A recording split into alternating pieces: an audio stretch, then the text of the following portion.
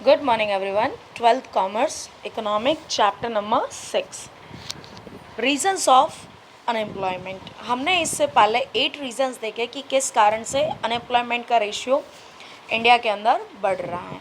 Now the 9 number point is says that low mobility of workers. In many circumstances, lack of mobilizations among the laborers is also reasons for unemployment. Peoples जो होते हैं वो India के एक state से दूसरे state के अंदर ही माइग्रेशन करता है एम्प्लॉयमेंट के लिए, बट मोस्ट ऑफ वो दूसरी सिटीज़ के अंदर जाएंगे जहाँ पे काम उनके लायक होगा भी और नहीं भी होगा, लेकिन वो दूसरी कंट्रीज़ के अंदर माइग्रेशन करते नहीं हैं. Now due to social reasons, family relations, language, religions, casteisms, cultures, lack of informations, lack of transportation facility and problem of housing are few reasons which restrains mobilizations and increase the problems of unemployment. ये सारे reasons के कारण भी लोग एक place को छोड़ करके दूसरे प्लेस पर जाते नहीं हैं. जैसे कि फर्स्ट दिया आपको सोशल रीजंस कि उनका जो कल्चर होता है उससे वो बाउंडेशन में बने हुए होते हैं तो वो उसको छोड़ करके नहीं जा सकते. सेकंड आता है फैमिली रिलेशंस कि भाई अगर हम चले जाएंगे हमारी फैमिली को कोई प्रॉब्लम्स होगी तो कौन देखेगा.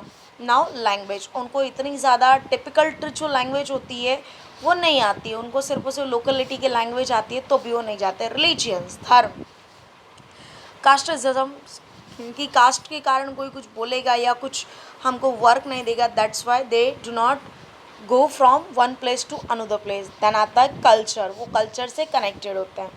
Lack of information, lack of transportation facilities, उनके पास प्रॉपरली इंफॉर्मेशन नहीं होती है, प्रॉपरली जो हमारे पास सिस्टम अवेलेबल होता है ट्रांसपोर्टेशन का वो उनके पास अवेलेबल्स नहीं होता है.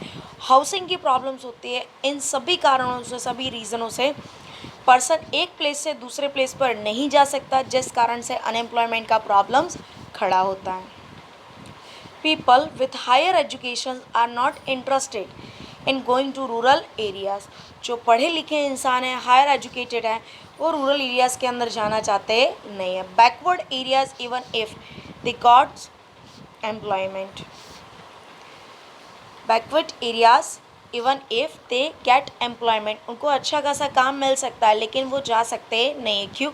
अगर एजुकेटेड पीपल्स जाएंगे तो वहाँ पे रिसर्च मैकेनिज़म्स का यूज़ ज़्यादा होगा, देन नाउ वहाँ का जो प्रोडक्शंस का कैपेसिटी वो भी बढ़ सकता है, बट वो जाते नहीं.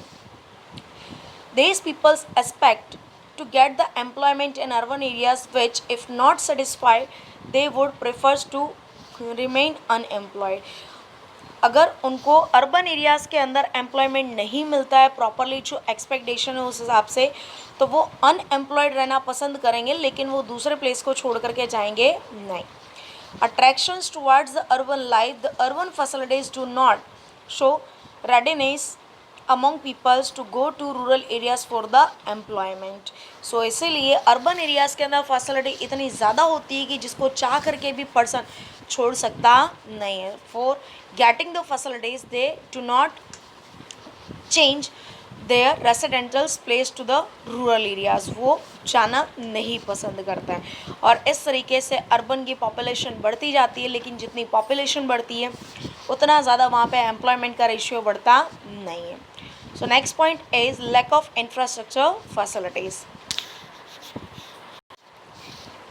Lack of infrastructure facilities in rural areas. Because of lack of infrastructure facilities, unemployment has become a major problem.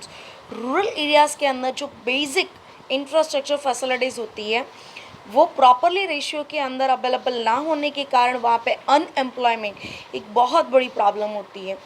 Now in rural areas, lack of transportation facilities, lack of proper roads, lack of education, health and electricity facility are the reasons of low generations of employment. Because these facilities are not available in the rural areas, the infrastructures of the rural areas is not developed, and now the production capacity of agriculture sector it's also remains less and low. So people do not get properly employment. As such, in rural areas for industries there are availability of laborers at low wages and easy availability of raw material. अगर वहाँ पे आप industry start करना चाहते हैं तो बहुत ही cheap rate पे आपको लेबर्स मिल जाते हैं, प्लस ईजिली वहाँ पे रॉ मटेरियल्स अवेलेबल्स होता है। बट जो आसपास की फैसिलिटीज़ है, जैसे कि ट्रांसपोर्टेशन की है, कम्युनिकेशंस की है, इलेक्ट्रिसिटी की है, लेकिन वो प्रॉपरली अवेलेबल ना होने के कारण कोई भी पर्सन रूरल एरियाज़ के अंदर इंडस्ट्री सेटअप करना नहीं चाहता है।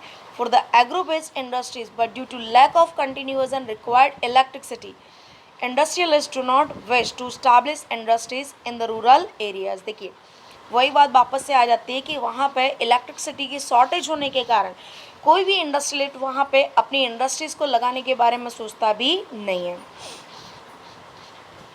As a result new employment can not arise and unemployment exist.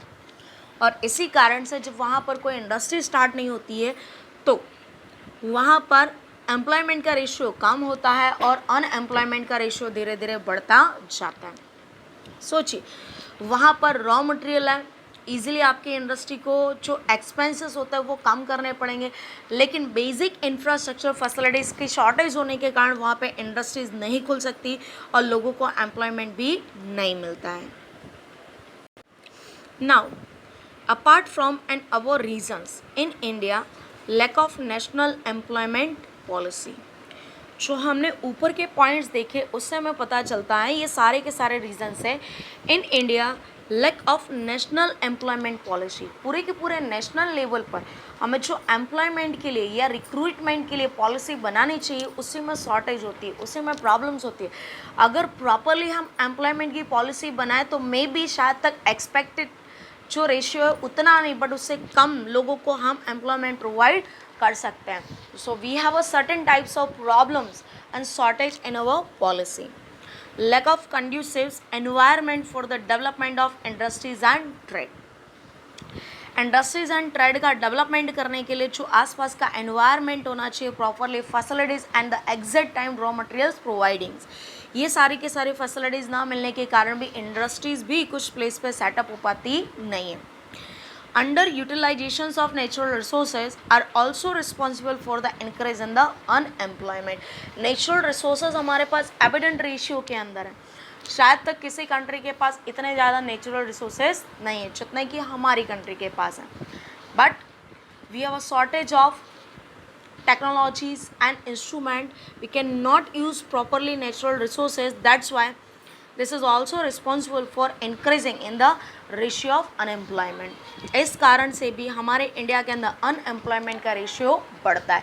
तो ये सारे रीज़न से एक ही बात पता चलती है, एक तेज़ी से अर्बनाइजेशन होने के कारण रूरल में भी लोग अनएम्प्लॉयड रहते हैं और अर्बन में भी जाकर के अनएम्प्लॉयड हो जाते हैं क्योंकि उनके पास नॉलेज नहीं होता है जो वर्क है उसके regarding.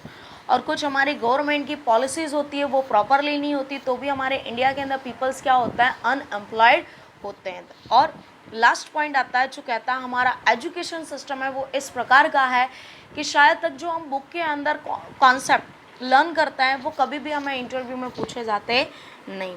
So this all the things are related to old technology and old traditions, they have no relations with current time and current period working things.